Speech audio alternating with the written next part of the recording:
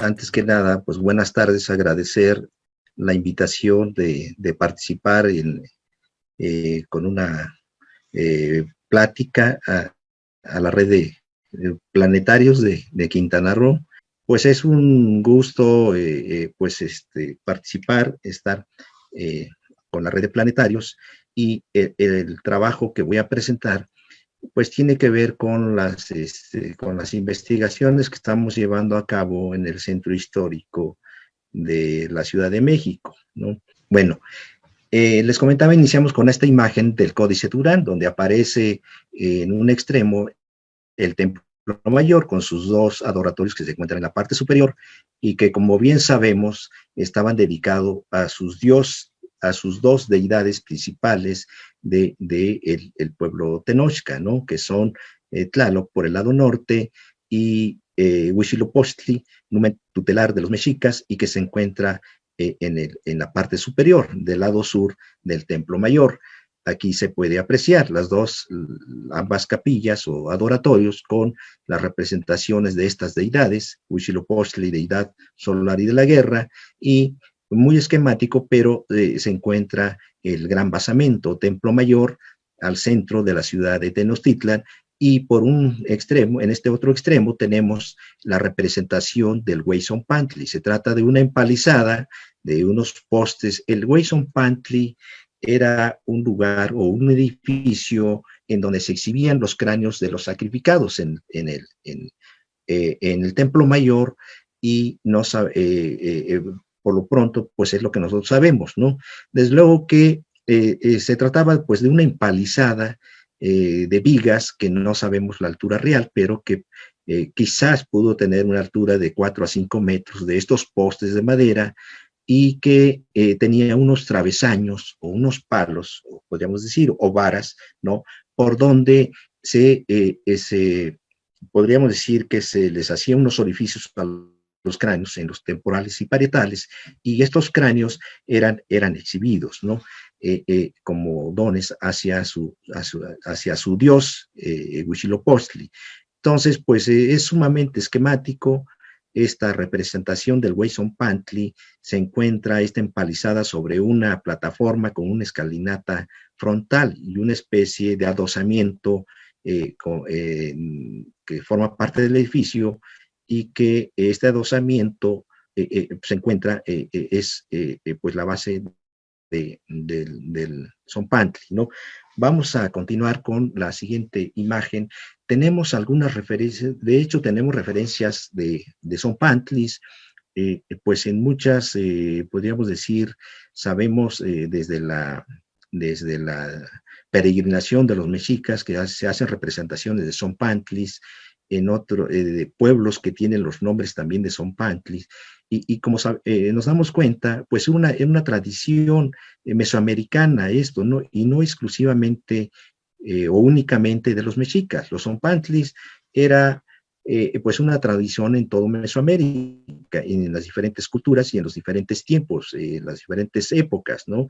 Se han encontrado representaciones de Zompantlis, como son en Oaxaca, en el Clásico, en diferentes ciudades, como son pues en el occidente de México. También se han encontrado representaciones de Zompantlis.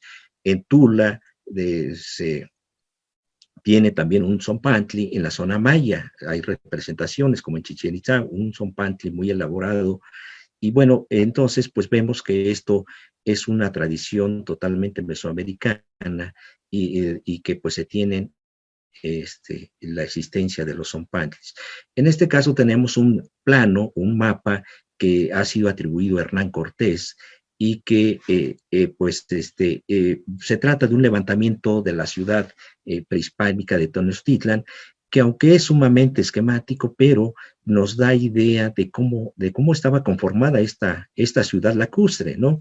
Que, como todos pues sabemos, era una ciudad que estaba perfectamente bien organizada, muy bien trazada, con base a ejes hacia los rumbos del universo, con un espacio central que es el recinto sagrado, centro ceremonial, donde se tenía pues la casa de los dioses, donde estaba, es el espacio totalmente sagrado, ¿no? con su templo mayor como edificio más emblemático, y otros edificios o templos, como son templos de Tezcatlipoca, templo del dios del viento, Ejecal, el juego de pelota, templo del sol, y pues toda una serie de edificios, y como lo sabemos a través de documentos históricos, como Fray Bernardino de Sahagún, que él hace una descripción de todos estos templos que se encontraban dentro del centro ceremonial.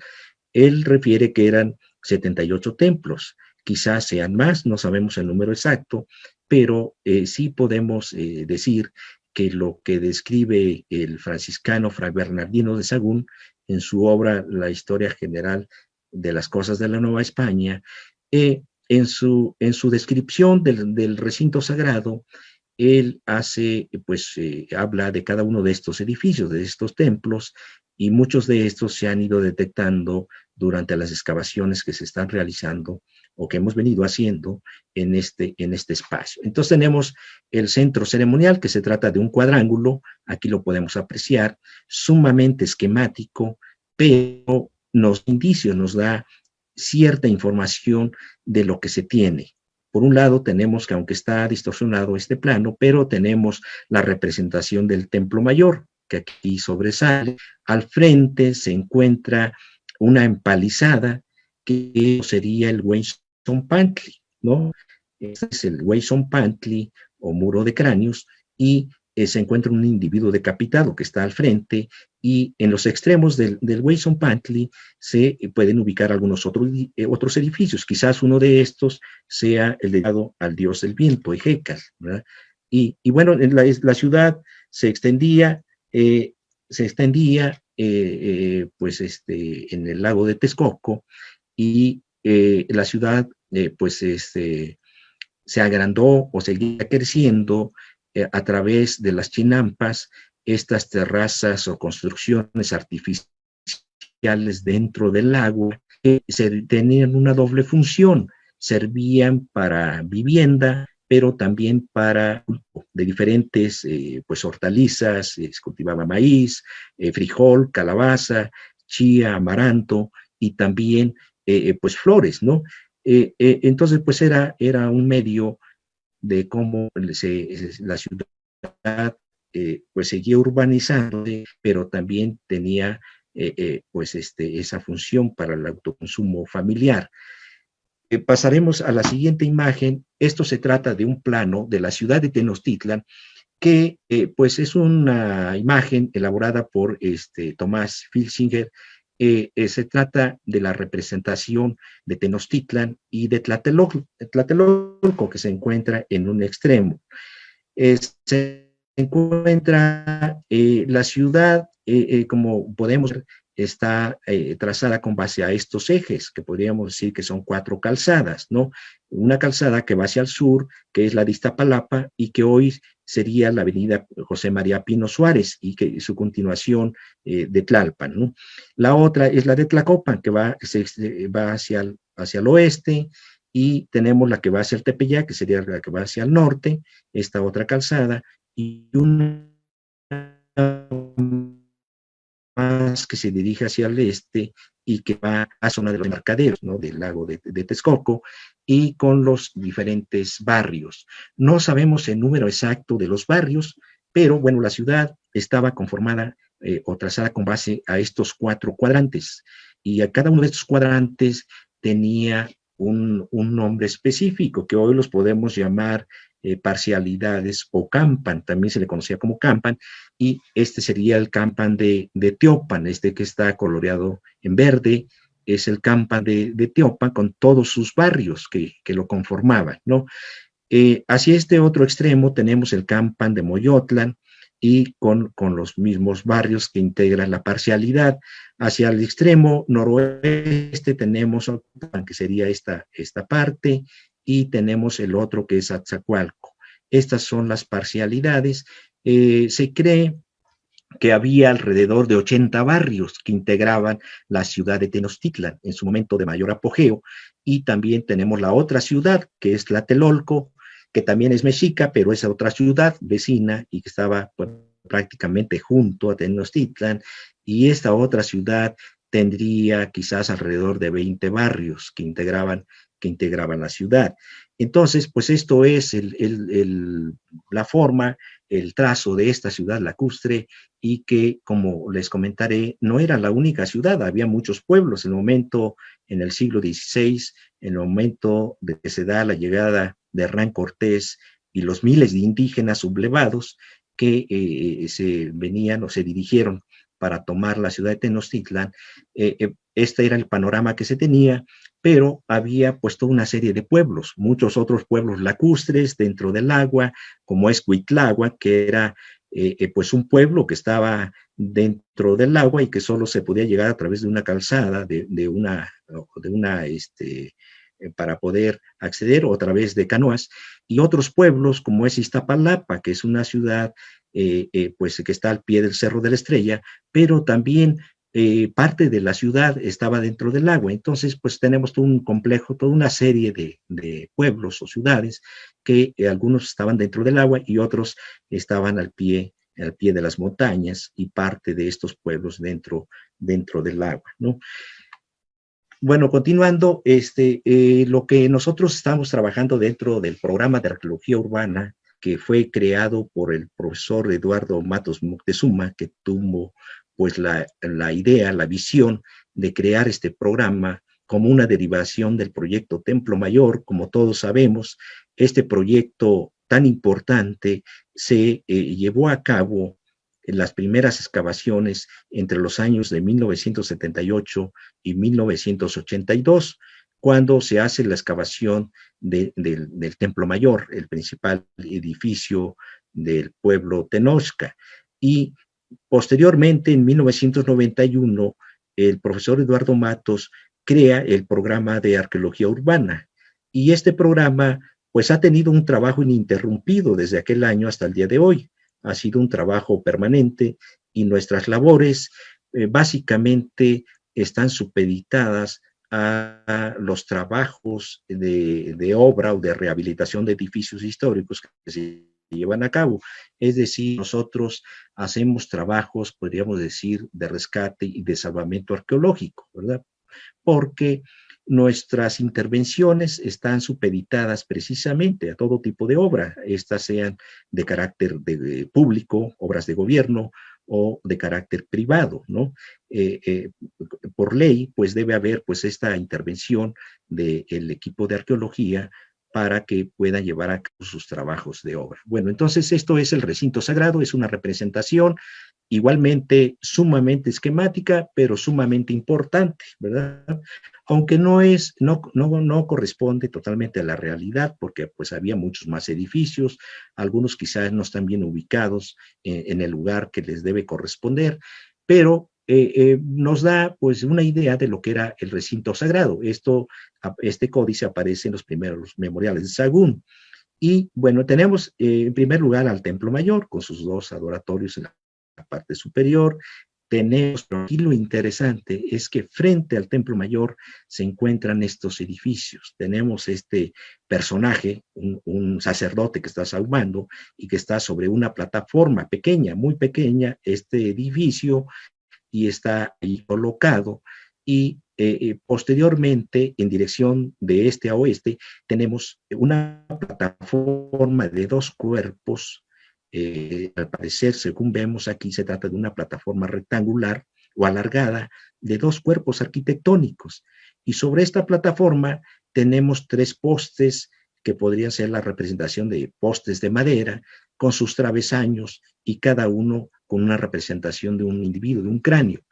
Es decir, esto se trata del Zompantli. Desde luego que es un esquema de lo que era el Huizompantli, y después aparece el juego de pelota, ¿no?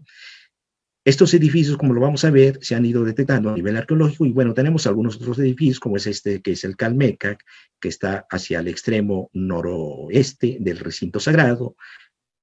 Anteriormente tenemos otro que quizás es Templo del Sol, y y algunos otros personajes, ¿no? Esto únicamente es para darnos pues una idea, una apreciación de lo que tenemos y de esta gran complejidad que es trabajar en esta gran ciudad de México, sumamente complejo, porque, como sabemos, por naturaleza, esto debe ser un lago, ¿no? La Ciudad de México fue edificada sobre el lecho lacustre, en gran parte del lago de Texcoco. En total había 5 lagos en el siglo XVI, como sabemos, son los de Zumpango, de Jaltocan, Xochimilco y Chalco, ¿verdad? Entonces, nosotros trabajamos en la mancha urbana, atendiendo estos edificios históricos que también pues, son muy importantes y que se deben de preservar y de proteger, y nos coordinamos con propietarios, con los responsables de los edificios, con los dueños, con autoridades de gobierno, con los ingenieros, para coordinarlos y poder hacer nuestras intervenciones. Entonces, este es un plano, desde luego que todo sigue siendo hipotético, ¿no? Esto va a seguir pues enriqueciéndose, corroborándose.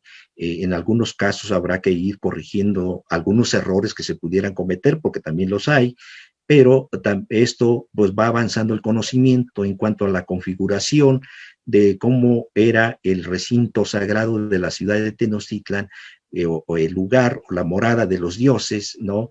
En donde pues tenía sus templos. Esto es el espacio sagrado de la ciudad, y alrededor del recinto sagrado se encontraban por los palacios, todos los palacios de los diferentes tlatoanis o señores que gobernaron Tenochtitlan, como son Moctezuma Xocoyotzin, Axayácatl, Ahuitzol, Cuauhtémoc.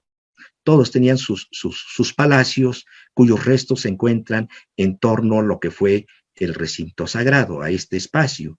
Y el recinto sagrado está delimitado por esta gran plataforma, ¿no? Cuyos restos se encuentran todavía bajo la mancha urbana, y que en algunas intervenciones arqueológicas pues se han ido detectando restos de esta gran plataforma. Al centro de este espacio tenemos lo que fue el recinto sagrado. Aquí lo podemos apreciar. Aquí en esta área verde podríamos decir que es el edificio histórico, el predio, en el número 24, y en color café tenemos lo que nosotros pensamos o estimamos que el área que ocupó el Weyson-Pantli, este edificio en donde eran exhibidos los cráneos de los sacrificados. No sabemos las dimensiones reales, pero calculamos que tendría pues cerca de los 40 metros de longitud, quizás 16 metros de ancho. Desde luego que esto lo decimos con mucho cuidado, con mucha cautela, porque no hemos tenido la oportunidad de poder excavar, pues podríamos decir todo el edificio, que nosotros es lo que quisiéramos conocer la totalidad del edificio, ¿no? Bueno, entonces únicamente es para mostrar lo que trabajamos en el programa de arqueología urbana. Esta es una reconstrucción hipotética que para mí es muy importante aclararlo. Estos dibujos o reconstrucciones en 3D son, no necesariamente no corresponden a la realidad. Recordemos que los edificios como el Templo Mayor, con la toma de Tenochtitlan, la conquista que se llevó a cabo, Hernán Cortés toma la decisión de destruir la ciudad y de destruir los templos y sus dioses, ¿no? Entonces, esta destrucción pues fue sumamente fuerte, prácticamente pues, destruyen casi la totalidad, ¿no? De los templos.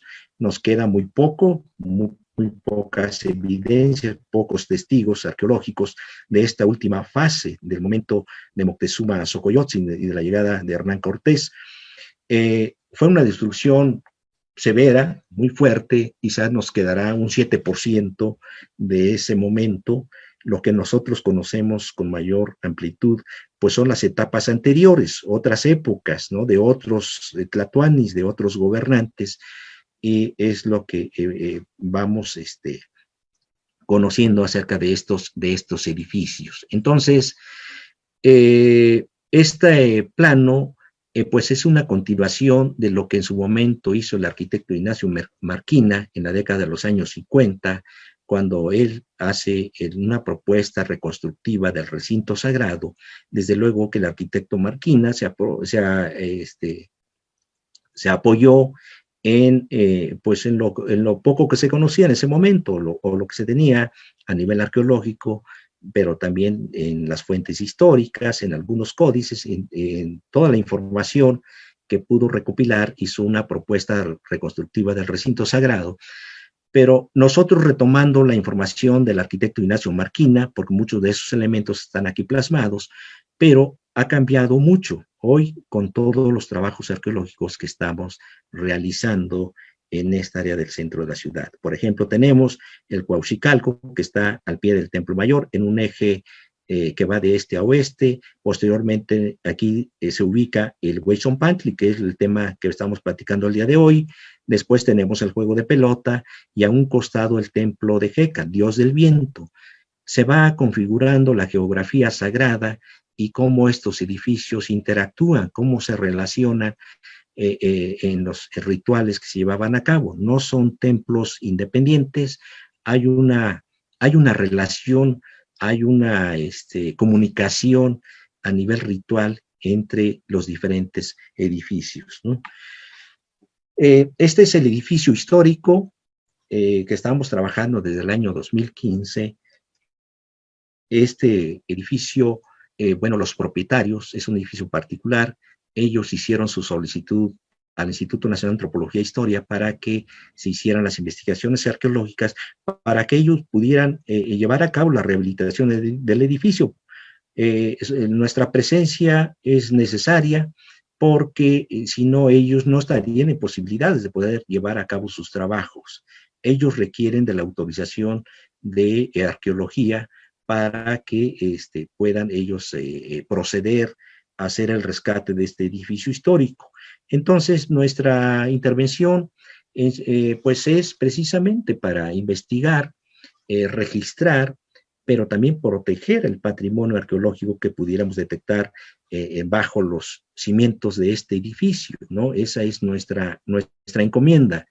Y pues se trabaja conjuntamente con los ingenieros. Ellos nos muestran sus necesidades, lo que requieren hacer, sus planos, lo que requieren cimentar, lo que van a hacer. Entonces, nosotros hacemos la intervención arqueológica, y a partir de los resultados es como se empieza a buscar la forma de proteger en primer lugar el patrimonio arqueológico, pero también encontrar las soluciones para ellos, para que puedan llevar a cabo sus trabajos y puedan estén en posibilidades de proteger este edificio, ¿no? Entonces, de esa manera es como entramos a trabajar.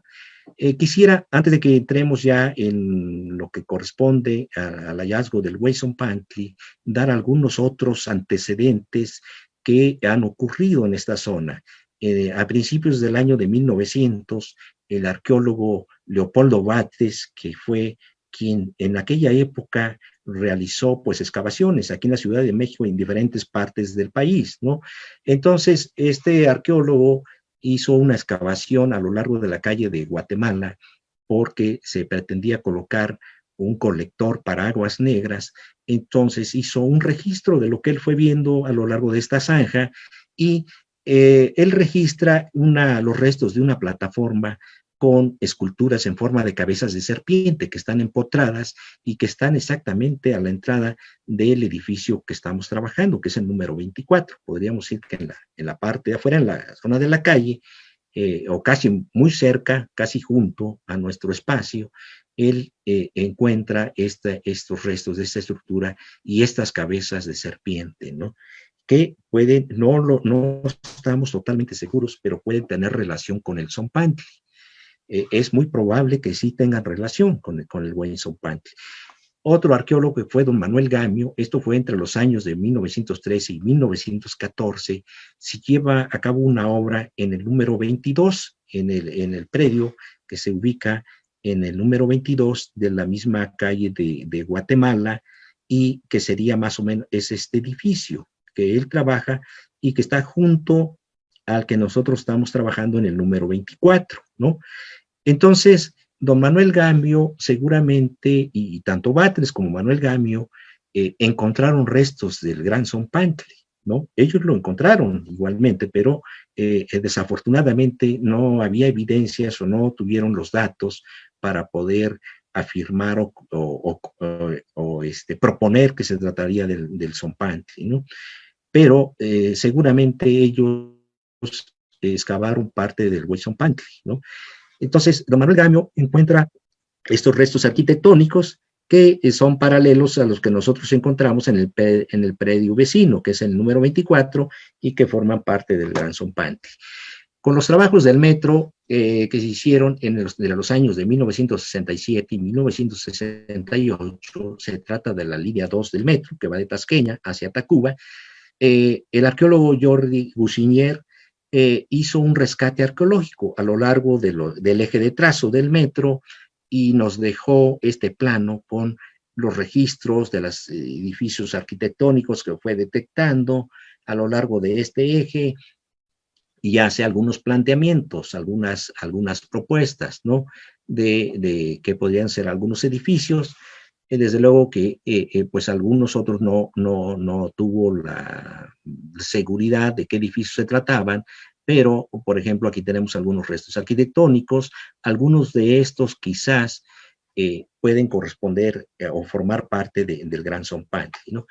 Bueno, este es el edificio histórico.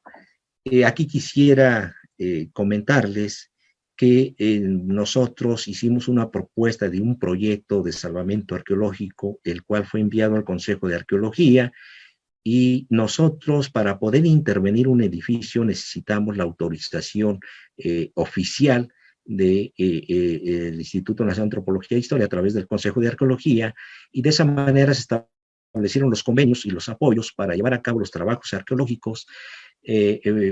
Los propietarios requerían de nuestra intervención para que se les pudiera autorizar sus trabajos, ¿no? Bueno, entonces nosotros ya teníamos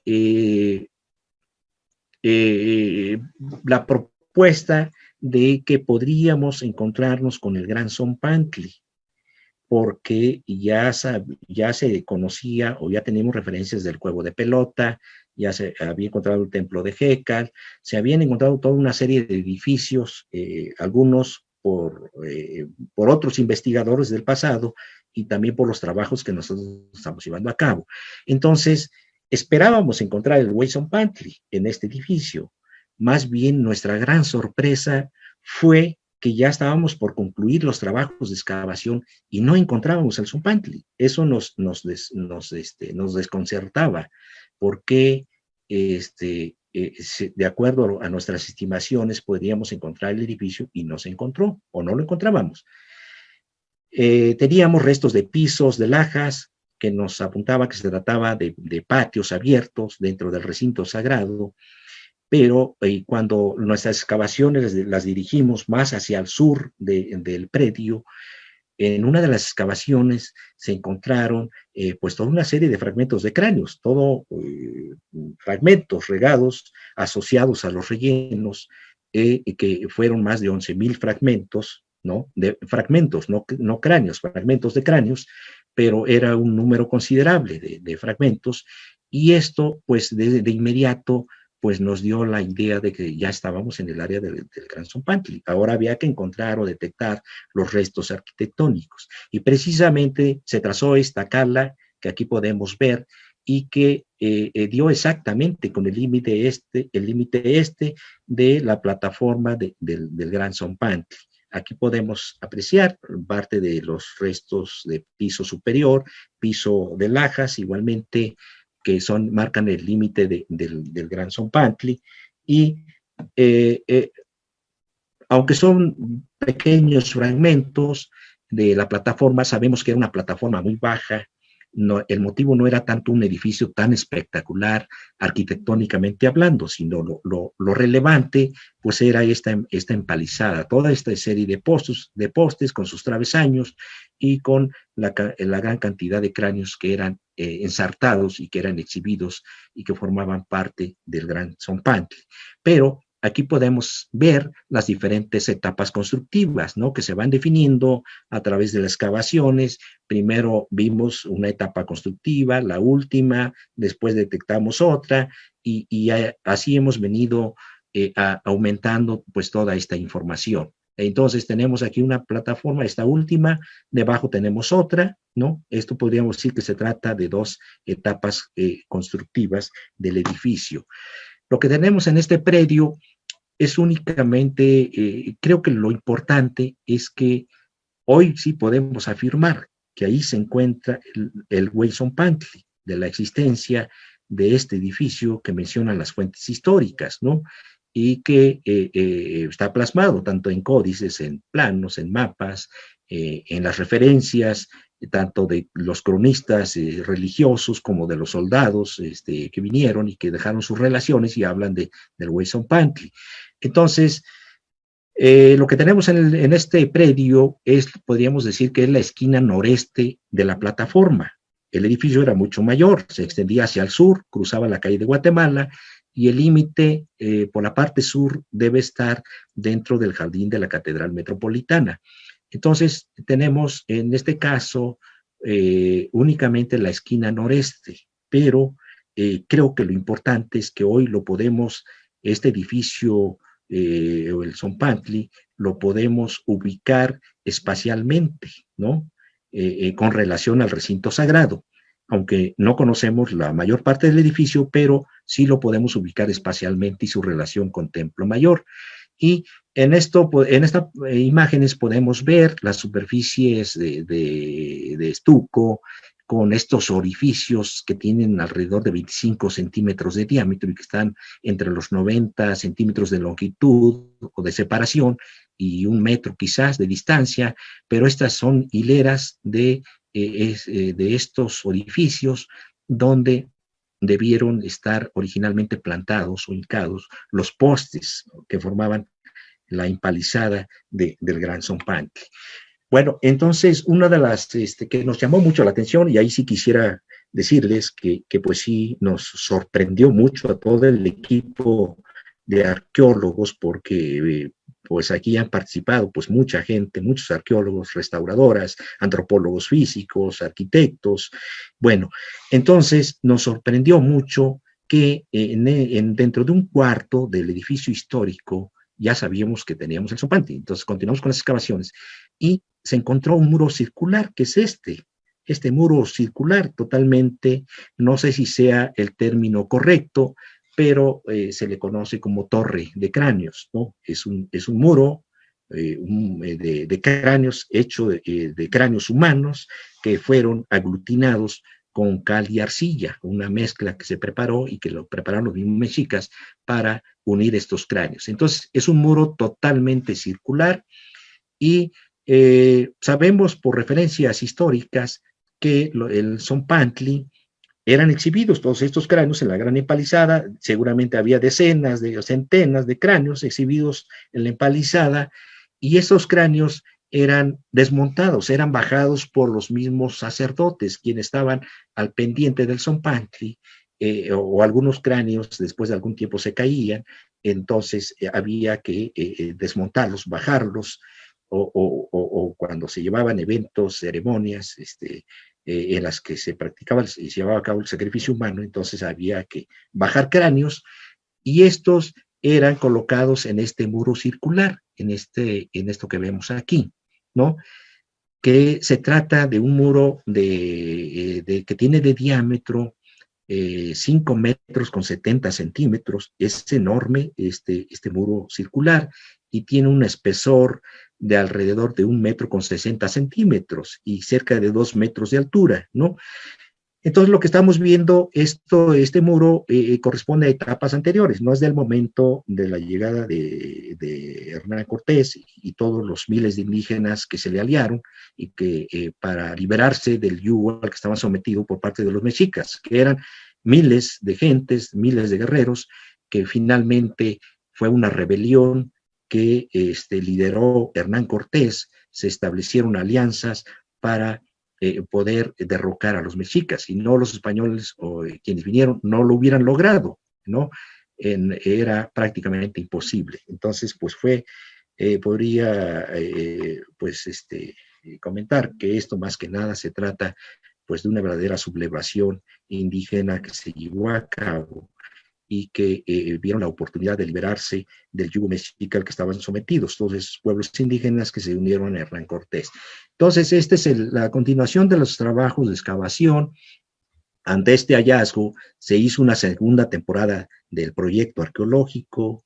Aquí tuvimos el apoyo pues, del Instituto Nacional de Antropología e Historia, pero también hay que decirlo, de los mismos propietarios. Ellos nos apoyaron, nos dieron los apoyos para poder seguir con nuestros trabajos y al día de hoy seguimos ahí. Desde luego que hoy nuestra labor más que nada es de seguimiento de la misma obra, atendiendo sus propias necesidades, pero a nosotros nos da la oportunidad de poder seguir con las investigaciones y con las excavaciones en este lugar. Bueno, tenemos este muro circular, como aquí se puede apreciar, todo es de cráneos humanos. Aquí tenemos una fachada hacia un círculo interno de este muro, de esta torre, y están los cráneos como si estuvieran mirando hacia el centro del círculo, y desde luego que presenta diferentes etapas constructivas de este muro circular. No voy a ahondar mucho en eso porque es complicado, es complejo, pero es un trabajo que estamos realizando y que estamos investigando y que estamos definiendo las diferentes etapas constructivas, tanto del propio edificio como de la misma torre de cráneos, ¿no? Para poder entender mejor pues toda esta información.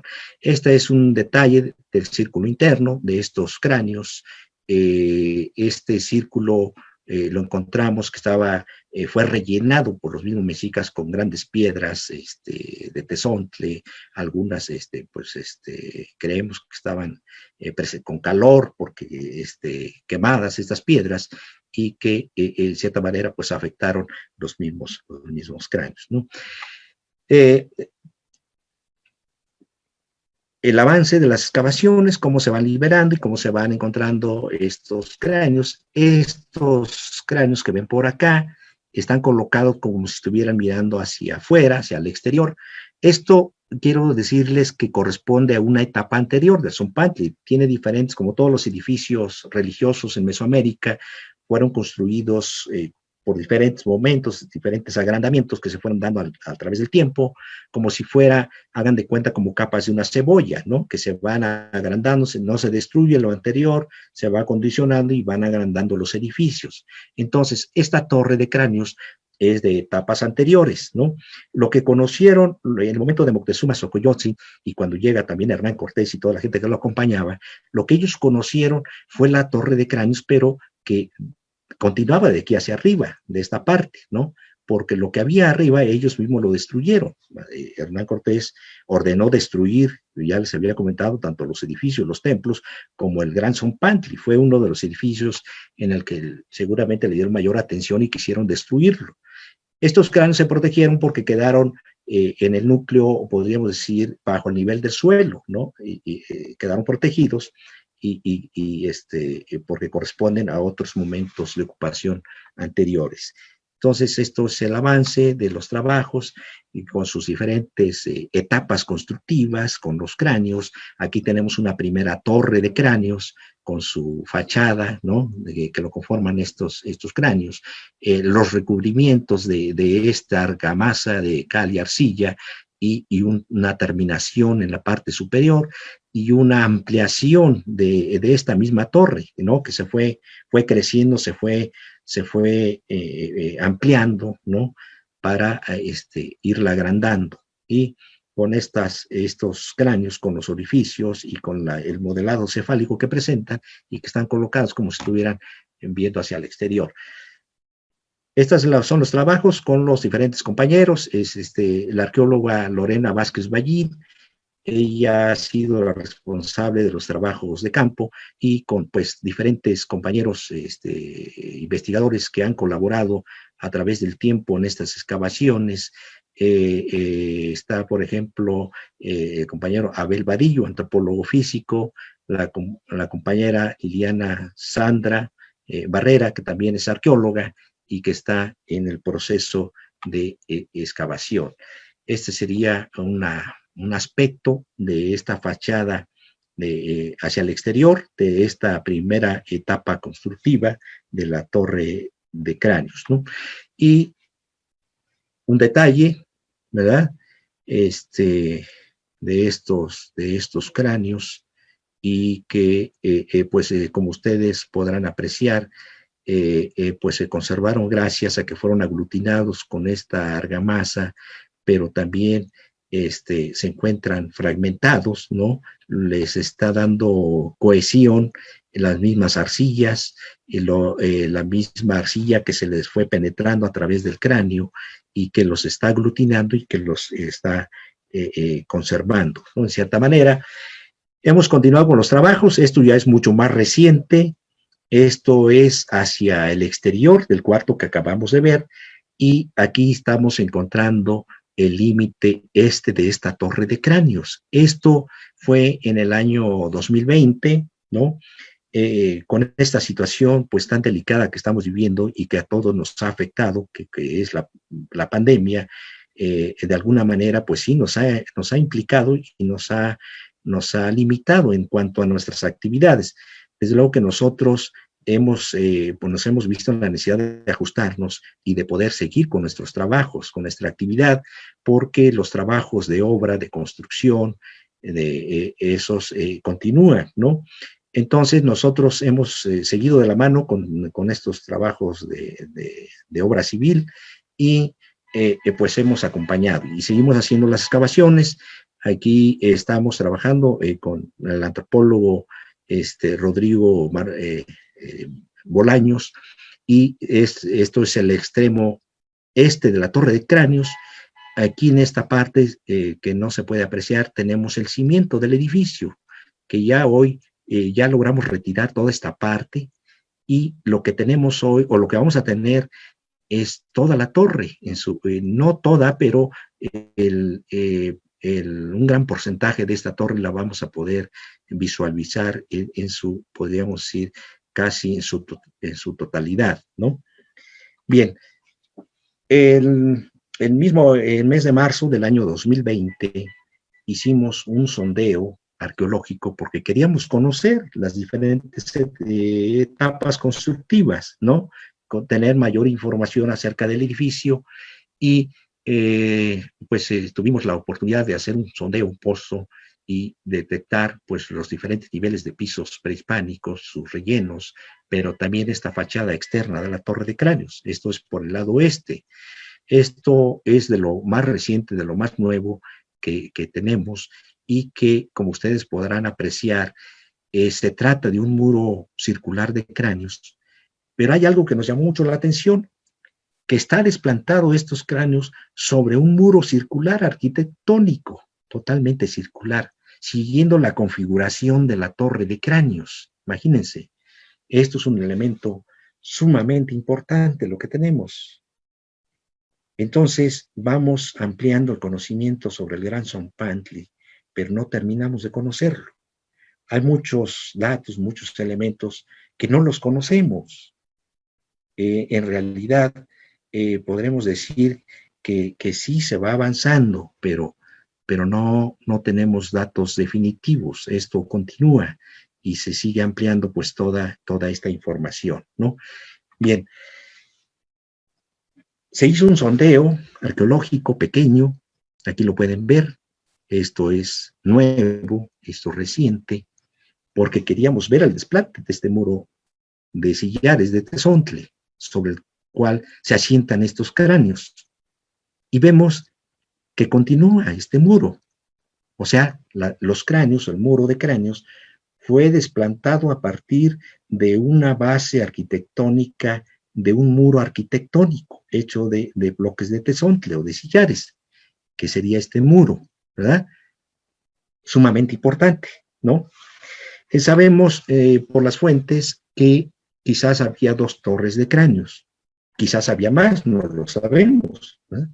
Pero no dudamos que existía por lo menos otra torre de cráneos asociada al Zompantli.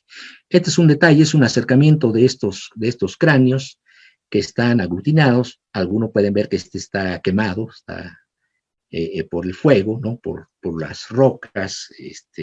Esto está en estudio, está en análisis, pero tenían grandes piedras, ¿no? Grandes bloques de tesontle en el exterior, que cuando se hizo una etapa constructiva, fueron rellenando con piedras, con argamasa, con tesontle molido, y para subir los rellenos y poder asentar otro nivel de piso de lajas en el exterior del Zompantli. Y estas rocas fueron quemadas o estaban expuestas o fueron expuestas al calor, y seguramente afectaron estos cráneos como un evento religioso que se llevó a cabo. Quise mostrarles esta imagen porque este es un Zompantli muy pequeño, pero se encuentra en Calixtlahuaca, en el Estado de México, muy cerca de Toluca. Se trata de un edificio, le llaman cruciforme, pero que más bien como que se enfoca a ser una T, como que los Zompantlis tienen como esa forma, como de ser una T, como el Zompantli de Tula, el Zompantli de Chichén Itzá,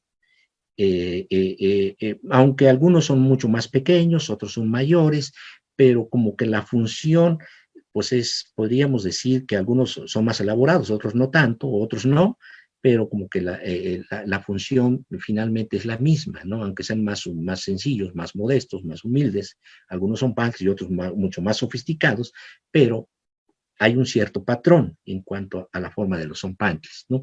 Bueno, entonces este Zompantli, vean, esta es la parte posterior. Se trata de una pequeña plataforma rectangular y está en forma de T y tiene una saliente dirigida hacia este basamento, pero tiene en esa parte posterior tiene un muro circular, exactamente igual como el que tenemos nosotros en el Güey Zompantli. Es probable que este muro circular, no lo sabemos, no lo podremos saber quizás, pero es muy probable que haya sido la base o una torre de cráneos. Entonces, las torres de cráneos es muy probable que también sea una tradición de los Zompantlis en Mesoamérica. Desde luego, algunos debieron ser muy pequeños, otros casi no tuvieron, otros tuvieron y con muchos cráneos, pero forman parte del mismo patrón. Quizá no los hemos encontrado a nivel arqueológico. Se han encontrado Zompantlis, pero no se ha, o ya no existe evidencia, ¿no? de estas torres, o quizás en algún momento, en un futuro, se puedan encontrar en otros Zompantlis. Bueno, este es un detalle de la parte posterior. Aquí está el muro circular, y vean, tiene clavos arquitectónicos, tiene clavos en forma de cráneos humanos que están empotrados. Podríamos decir que igual que el Güey Zompantli de Tenochtitlan, ¿no? Desde luego que esto tiene diferentes etapas constructivas. Se trata de una sola plataforma, de un solo cuerpo. Aquí como que cambia a este nivel. Pudo haber tenido un nivel de piso de lajas igualmente. Bueno, continuamos con estas imágenes, volviendo al Zompantli de Tenochtitlan. Pues tenemos, esto es lo que habíamos excavado en un inicio, en el año 2015, 2016 y 2017, esta sección. Hoy ya nos extendimos hacia, no tengo la imagen, pero nos extendimos hacia todo este extremo, y ya hemos avanzado un poco. Entonces, pues ya tenemos prácticamente delimitado casi la totalidad de la torre de cráneos, ¿verdad? Los diferentes momentos constructivos, desde luego que esto quiero aclararles que vamos cambiando, se va enriqueciendo, se va contrastando las ampliaciones, las etapas constructivas. Esto, pues, es el avance que teníamos hasta hace algún momento. Esta información se va ampliando. Este es un detalle de una muestra, ¿no? Que aunque no está exactamente como está, ¿no? Actualmente, pero pues da una idea, por lo menos, de cómo se verían estos cráneos, ¿no?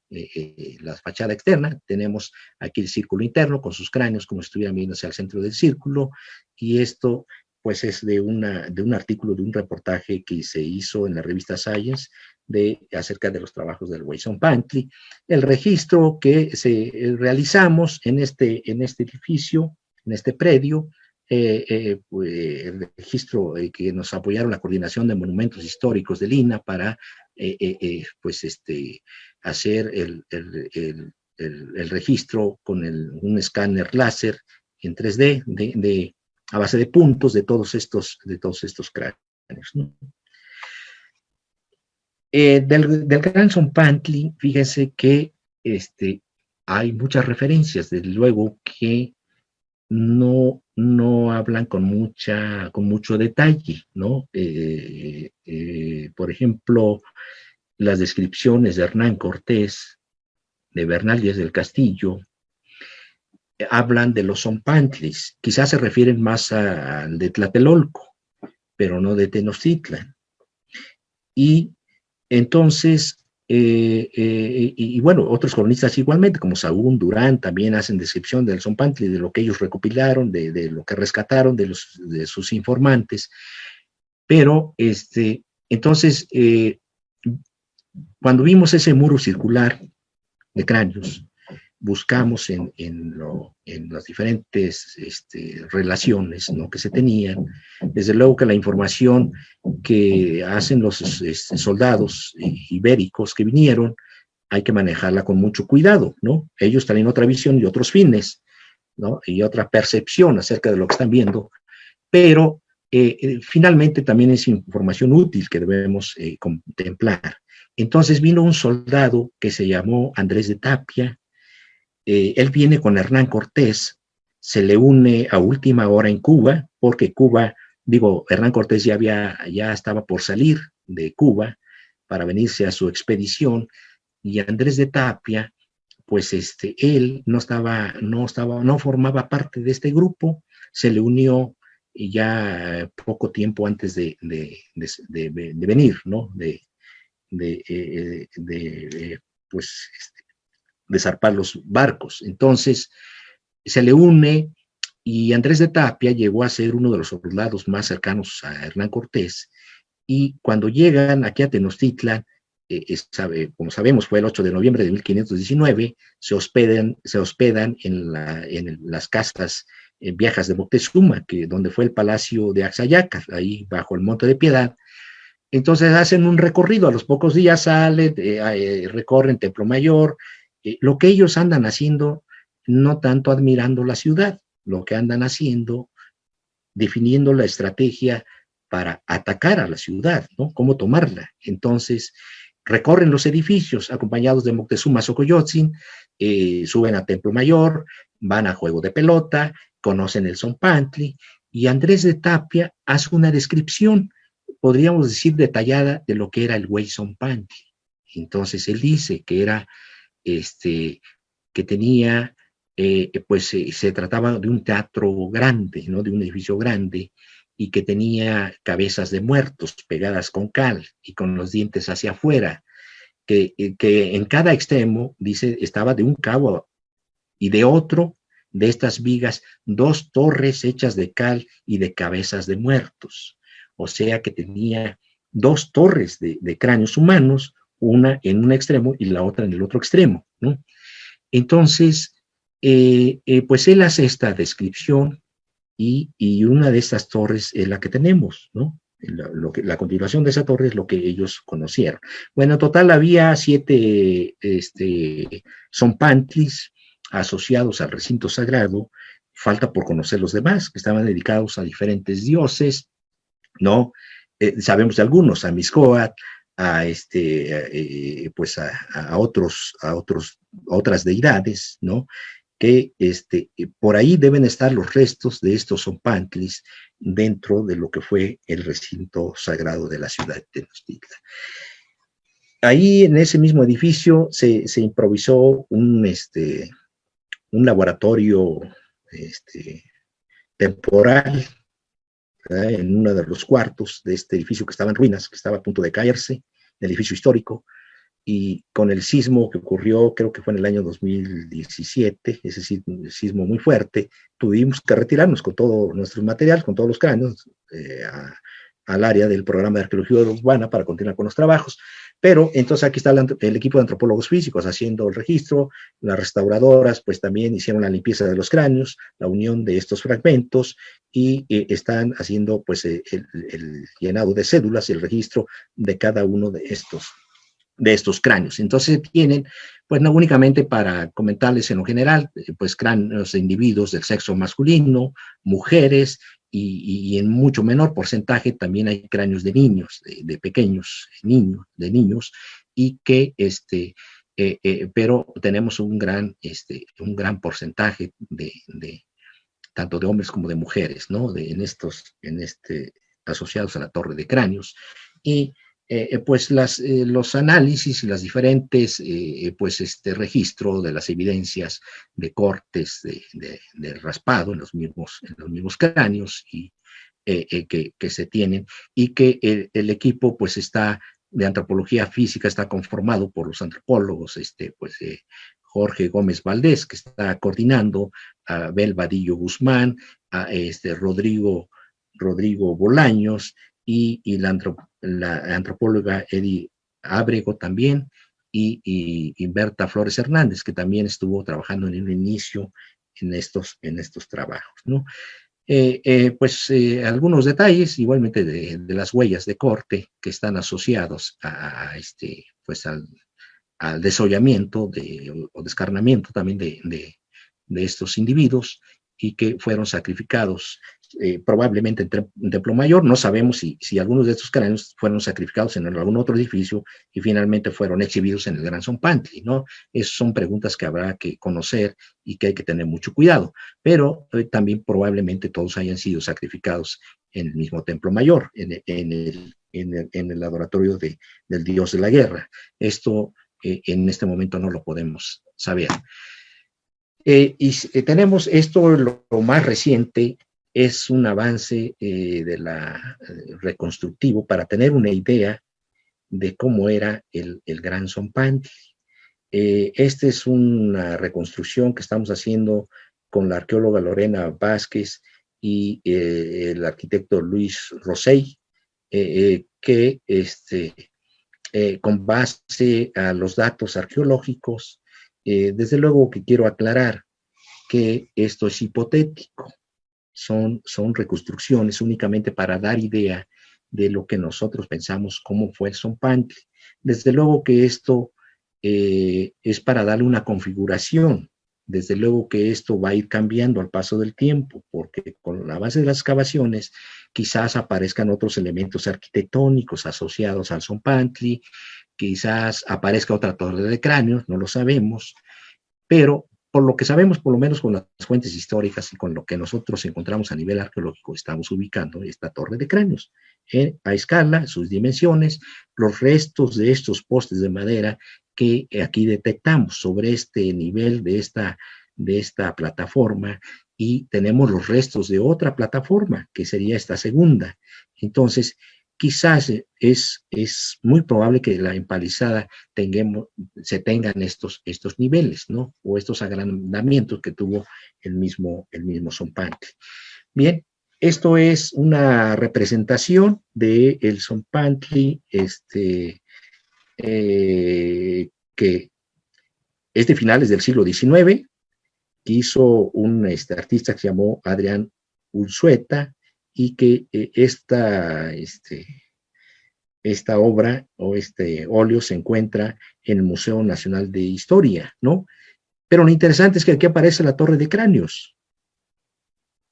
Entonces este señor seguramente pues lo retomó de alguna referencia o del mismo Andrés de Tapia, del soldado Andrés de Tapia, que hace la descripción de las torres de cráneos. Entonces este pintor pues coloca la torre de cráneos. Es luego que esto es muy imaginativo, ¿no? No necesariamente, pues, muchas cosas no fueron así, pero pues por lo menos dan idea del Zompantli, y pues con los cuerpos, las cabezas, y muchas de estas cabezas pues están barbonas, ¿no? Y seguramente son de soldados españoles que fueron sacrificados y que fueron exhibidos en el Gran Zompantli.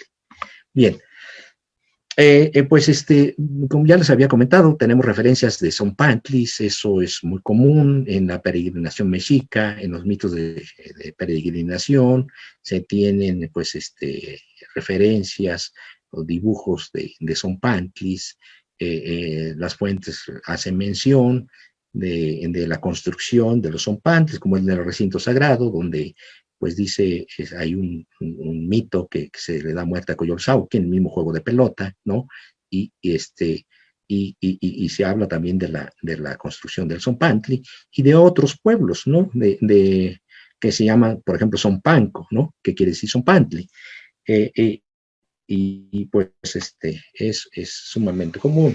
El Códice Durán, igualmente aparece la representación de un Zompantli, y este, y de los demás que son mencionados, tanto en fuentes históricas, quizás esta es una de la representación de Zompantli y el Templo Mayor, y aquí vemos a esta deidad que está sobre un pequeño Zompantli, muy pequeño, pero aquí podemos ver los cráneos, miren estos cráneos, seguramente son representación de esculturas de piedra que fueron empotradas en los muros del Zompantli. Nosotros encontramos dos esculturas de cabezas de cráneos, eso es muy reciente en este lugar. No las encontramos asociadas al Huizompanti, pero las encontramos en su área de influencia, ¿no? O sea, afuera. Pero son dos esculturas grandes que son representaciones de cráneos humanos y que nosotros consideramos que quizás estuvieron empotrados al Zompantli, que formaron parte del mismo edificio arquitectónico, ¿no? Estas esculturas son a manera de, nosotros les llamamos clavos arquitectónicos, son como de 60 centímetros de longitud y que fueron reutilizados después de la destrucción de la ciudad de Tenochtitlan, que se hace la repartición de solares y que Cortés asigna a cada uno de sus soldados los lugares donde van a vivir y van a construir sus casas. Y sobre Zompantli, pues tenemos evidencias de la primera construcción, la del siglo XVI, la primera construcción virreinal, de lo que nosotros conocemos como Contacto, inmediatamente después de la caída de Tenochtitlan, y que se lleva a cabo la construcción de la primer casa ya virreinal. Bueno, esta es una representación de un árbol sumamente interesante de Ixtapantonco, en el Estado de México. Es un árbol con cráneos, imagínense. Aquí no vamos a entrar tanto en el simbolismo y en la cosmovisión de todo lo que representa el Gran Zompantli, pero podemos ver aquí los cráneos con estas banderas que parecen asociadas a los cráneos, a los individuos sacrificados, y que es muy común, aparecen los códices, aparecen las esculturas, y aparece pues en muchos lugares que están asociadas pues también al sacrificio, y que de alguna manera pues también habría una relación o hay, con la guerra, ¿no? Que había una relación con estas banderas. Aquí tenemos las representaciones del Zompantli, que como les decía, son sumamente esquemáticos, ¿no? No necesariamente corresponden a la realidad. No es que este Zompantli haya tenido un solo cráneo y un solo travesaño, no. Únicamente eso es como decir, aquí está un Zompantli, este es un Zompantli. Desde luego que era una empalizada, quizás pudo haber tenido 10, 20 postes, no sé, más travesaños, pero pues se ejemplifica lo que, era pues un Zompantli. Ha sido pues las imágenes que les he preparado, y espero que pues les haya agradado esta plática. Quisiera comentarles que nosotros seguimos trabajando en diferentes lugares. Este es uno de los predios, podríamos decir, más relevantes en cuanto a su contenido y lo que se tiene por lo que representa, porque el Zompantli pues es la esencia de la religión y tiene que ver con la cosmovisión, pero también es el reflejo del poder, del control que tuvo Tenochtitlan sobre muchos pueblos, y que pues y del sacrificio humano que se llevó a cabo, y de muchos de estos individuos que se están en estudio, que se están analizando. Queremos ser muy cuidadosos, queremos saber quiénes eran, de dónde pues los trajeron, ¿no? O cómo vinieron, o cómo llegaron, o cómo los trajeron. Y estamos seguimos con los trabajos, tanto de gabinete, pero también con los trabajos de campo. Seguimos haciendo excavaciones y tratando de proteger pues este patrimonio que pues es de todos los mexicanos, ¿no? Dejé al final toda pues esta relación porque el trabajo finalmente es de todo un equipo de personas, de especialistas y que han puesto pues su esfuerzo, han dedicado parte de su vida y que han colaborado y que han apoyado todos estos trabajos. Algunos todavía pues siguen, continúan con los estudios, otros ya pues han tenido que buscar o se ha concluido su participación, pero estamos agradecidos con todos, ¿no? Porque finalmente, pues gracias a ellos es como esto pues se está avanzando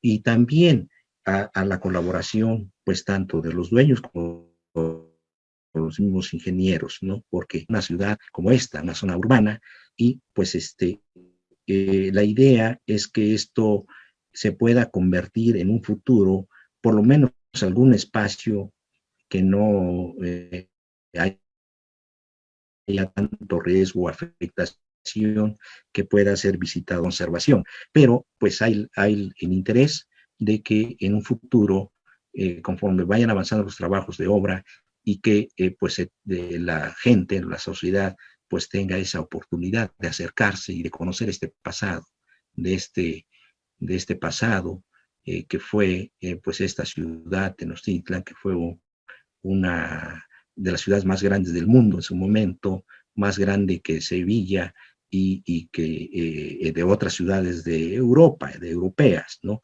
Y que pues tuvo la hegemonía, el control de una gran extensión de Mesoamérica, conquistando a cerca de 400 pueblos y que finalmente pues este imperio, todo este poder que tuvo esta gran ciudad, pues fue truncado con la llegada de los conquistadores españoles, pues y de sus aliados indígenas, ¿no? Que se le unieron. Pues eso es todo, pues agradecer a quienes nos han escuchado y nos han visto y pues les doy las gracias